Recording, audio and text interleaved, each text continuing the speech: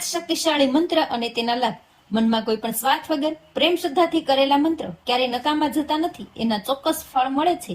કારણ કે જેમ જેમ આપણા કર્મ થતા જાય એમ એમ એના ફળ પણ ધીરે ધીરે તૈયાર થાય છે।